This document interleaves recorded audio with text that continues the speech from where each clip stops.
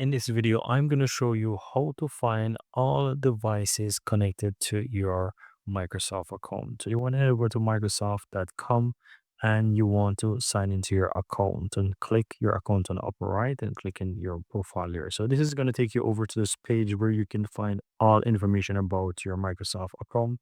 And to find all devices, just simply click in devices on the left side. And once you're on this page, you will be able to find devices for your PCs. So if you have your PCs right here, you will be able to find them. And if you scroll down to the bottom, you also have like Microsoft Store Device Management. And here, if you have like phones, you can find your Android and iOS devices. Well, you can see that I have two PCs here, but if I click on Manage the iOS and Android devices, I don't have any devices linked. It says zero device link. But if I did, you will be able to see those devices listed here. That's pretty much it, guys. So that's how you can easily find your devices connected to your Microsoft account.